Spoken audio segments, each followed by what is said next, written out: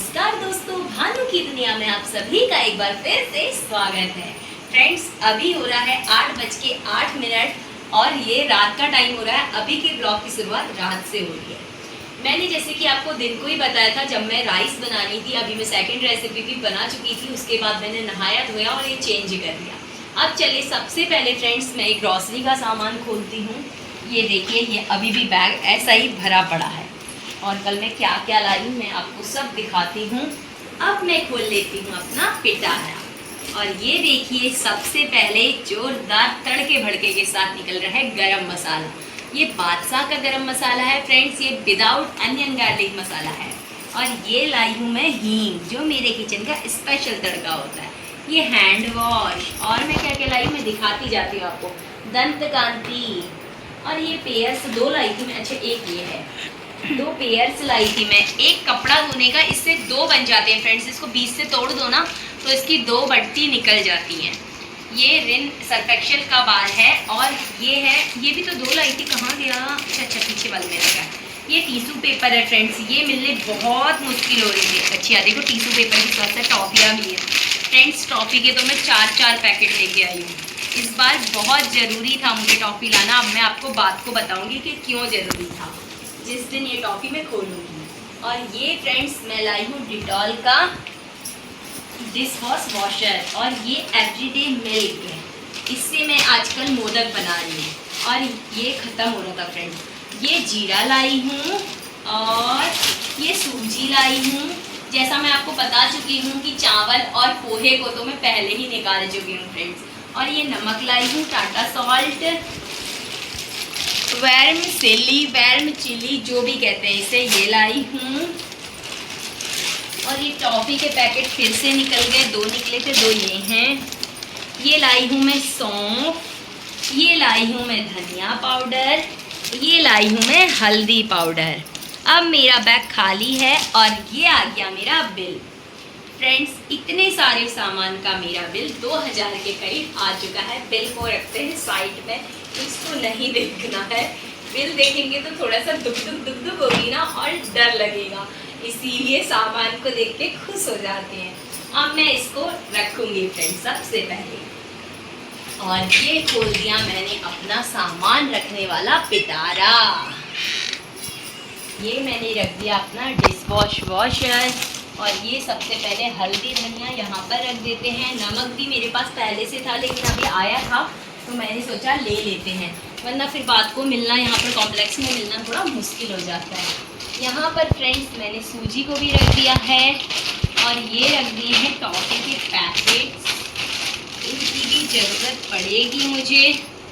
और ये रख दिया है फ्रेंड्स मैंने रेड चिली, और ये मैं सर्फ एक्सेल रख दूँगी। एक छोटा सर्फ एक्सेल मेरे पास और था फ्रेंड्स, लेकिन एक ही था सिंगल, इसीलिए मैं एक बड़ा वाला उठा के ले आई। और यहाँ पर फ्रेंड्स मैं रख दूँगी ये मसाले, और यहाँ पर ये कार्डमम भी है मेरे पास। और ये रख दूँगी मैं अपना जीरा, ये रखूँगी मैं अपनी एवरीडे मिल्क। और ये यहाँ पर फ्रेंड्स सौंफ रख दिया। ये दंत कांति ना मुझे बहुत पसंद आता है, इससे मेरे दांत बिल्कुल सफ़ेद रहते हैं फ्रेंड्स। तो ये देखिए, दंत कांति भी रख दिया मैंने। अब मैंने यहाँ पर डिटॉल रख दिया, और ये रख दिया मैंने हींग। और यहाँ अब मैं कहाँ रखूँ, यहाँ रख देती हूँ पेयर्स। 2 ही लाई क्योंकि अभी 2-3 घर पे पड़े हुए थे फ्रेंड्स। अब मैं यहाँ पर टिश्यू पेपर रखती हूँ क्योंकि ये बहुत ज़रूरी थे, ये बिल्कुल ख़त्म थे। और मेरा सामान मैंने रख दिया है। अब फ्रेंड्स मैं करूँगी यहाँ पर कपड़े फोल्ड। अब इस अलमारी को पहले बंद कर देते हैं।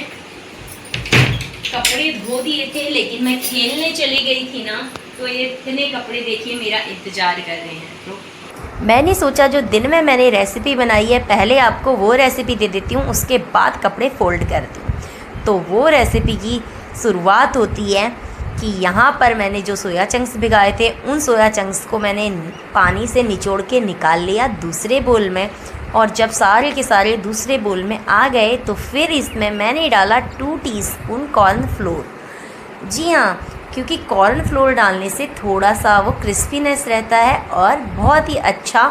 आप लोग जब भी बनाते हैं ना कोई भी मैरिनेट करते हैं तो उसमें कॉर्नफ्लोर अगर डालते हैं तो बहुत ही अच्छा फ्लेवर और बहुत ही अच्छा टेक्सचर आता है। और उतना ही मैंने 2 टेबल स्पून जितना दही डाला, फिर धनिया पाउडर डाला और उसके बाद मैंने यहाँ पर थोड़ा सा गरम मसाला डाला और थोड़ा सा फ्रेंड्स मैंने यहाँ पर हल्दी डाल दिया है। और अब मैं इसमें नमक मिलाऊंगी और इसे अच्छे से मैरिनेट कर लूँगी। पहले मैंने स्पून से करने की कोशिश की लेकिन ये कोशिश तो नाकाम रही। फिर मैंने हाथों से इसे मैरिनेट किया और ये बढ़िया सा हाथों से करने से बढ़िया मैरिनेट हो गया। और फिर मैंने इसे 4 से 5 मिनट के लिए साइड पे रख दिया। तब तक मैंने यहाँ पर चूल्हा जलाया और कढ़ाई को इसमें चढ़ा दिया। अब उस कढ़ाई में तो बना हुआ है तो इसीलिए मैं इसमें दूसरी कढ़ाई का यूज करूँगी। यहाँ पर मैंने फिर से ऑयल डाल लिया है, 1.5 टेबल स्पून जितना है। इसमें राई और जीरा तड़का लिया है। अब इसमें पूरी सब्जियाँ डालेंगे, कैबेज, कैप्सिकम, कैरेट, सब कुछ। अभी मैंने इसमें हींग का तड़का नहीं लगाया क्योंकि हींग मेरा आज ख़त्म हो चुका है। अगर आप लोग और टेस्ट बढ़ाना चाहते हैं तो हींग का भी तड़का ज़रूर से लगाएं। फिर मैंने इसे 1 से 2 मिनट के लिए मीडियम से हाई फ्लेम पे फ्राई किया और उसके बाद तुरंत ही इन सब्जियों को मैंने निकाल लिया था। ज़्यादा देर मैंने इन्हें नहीं पकाया क्योंकि फ्राइड राइस में क्रंची क्रंची सी सब्जियां ही टेस्टी लगती हैं। अगर सब्जियां पूरी पक जाएं तो फिर वो फ्राइड राइस किस बात का।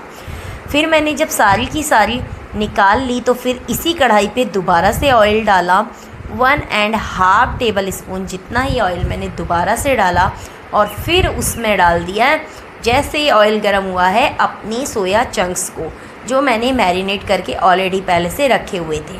उसके बाद इन्हें अच्छे से फ्राई करूँगी मैं बढ़िया तरीके से, वो भी हाई फ्लेम पे। अभी मैंने फ्लेम को छोटा नहीं करना है और बढ़िया तरीके से मैंने इनको हाई फ्लेम पे फ्राई किया। इनका कलर हल्का हल्का सा चेंज होने लगा था और खुशबू भी अलग ही सी थोड़ी सी आने लगी थी। फिर मैंने इन्हें कवर किया और उसके बाद इसे 1 से 1.5 मिनट के लिए मैंने फिर से मीडियम फ्लेम पे पका लिया कुक करने के लिए। फिर ढक के पकाया। फिर मैंने खोला तो ये बढ़िया तरीके से कुक हो चुके थे और ऑयल भी इनमें चमकने लगा था। आज तो लग रहा है कि मैं ज़्यादा से ज़्यादा ही ऑयल वाला खाना बनाने वाली हूँ और मेरे बच्चों को ना अक्सर ज़्यादा ऑयल और ज़्यादा मसाले वाला खाना पसंद आता है। वैसे सच बताऊँ ये रेसिपी उन्हीं की पसंद के हिसाब से बना रही हूँ। अब मैं इसमें थोड़ा भी ऑयल नहीं डालूँगी क्योंकि बहुत ऑयल हो गया मेरे खाने में। अब मैंने इसमें सोया सॉस डाल दिया है अपने टेस्ट के अकॉर्डिंग और थोड़ा सा मैंने विनेगर डाल दिया है। अब मैं इनको थोड़ा सा चलाऊंगी। अब इसमें डालूंगी थोड़ा सा हल्दी पाउडर और फिर थोड़ा सा इसको चला लूँगी। फिर दोबारा मैं धनिया पाउडर डालूँगी। हल्दी पाउडर इसीलिए मैंने चला लिया कहीं जल ना जाए क्योंकि थोड़ा सा विनेगर और सोया सॉस ही डाला है। जब धनिया पाउडर भी डाल दिया फिर मैंने थोड़ा सा इसमें डाला गरम मसाला और उसके बाद डाला थोड़ा सा छोले मसाला। फिर तो टेस्ट गजब का हो गया था इसका। फिर इसमें नीचे तले ना लग जाए करके मैंने थोड़ा सा पानी मिला दिया। अब मैंने इसको अच्छे से कढ़ाई के आजू बाजू जितना भी वो कॉर्नफ्लोर का लगा था स्टार्च उस सबको मैंने करची की मदद से साफ़ कर लिया।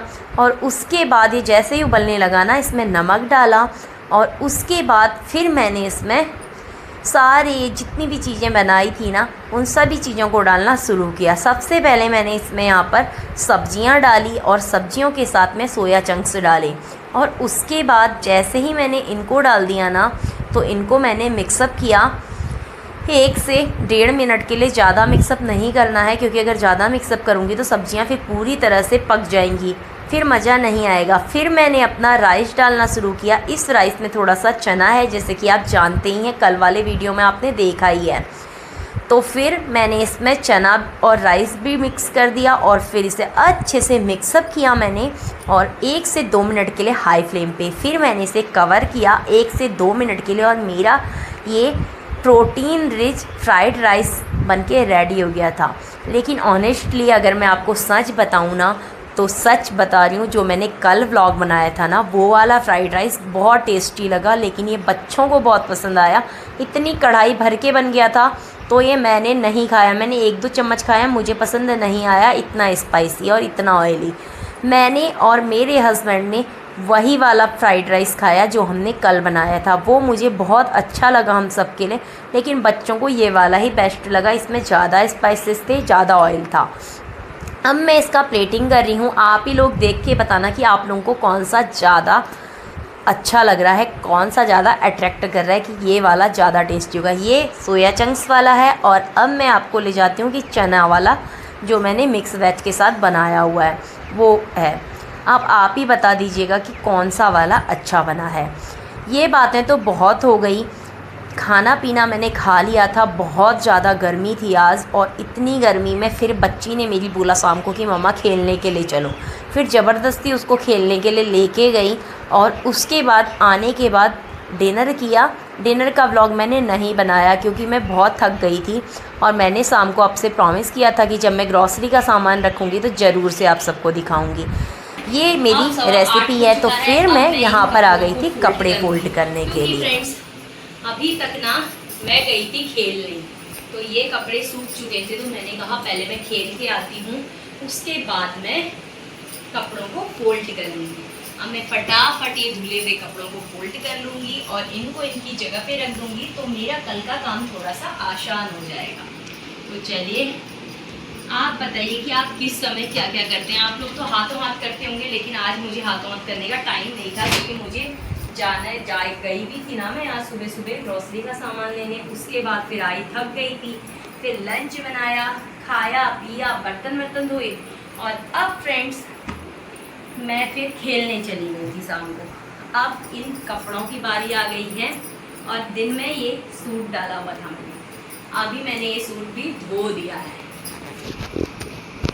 ताकि मेरा कल के लिए काम ना बचे ज़्यादा। अब कल मैं फिर से इसको पहन सकती हूँ। फ्रेंड्स जब तक मैं इनको फोल्ड करती हूँ और उसके बाद मैं आपसे फिर मिलती हूँ। अब हो चुके हैं मेरे सारे कपड़े फोल्ड, और टॉवल मैंने वहाँ टांग दिए हैं, और कपड़े मेरे फोल्ड हो चुके हैं। अब चलिए मैं चलती हूँ।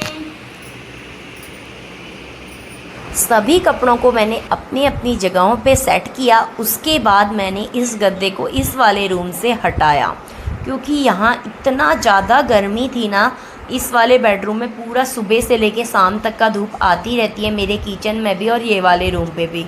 तो मैंने इस बेडरूम से अपना गद्दा उठाया और मैंने बिटिया के बेडरूम पे शिफ्ट किया। जो मंदिर वाला रूम है उसमें मेरी बिटिया सोती है, तो उसमें शिफ्ट कर दिया मैंने ये वाला गद्दा।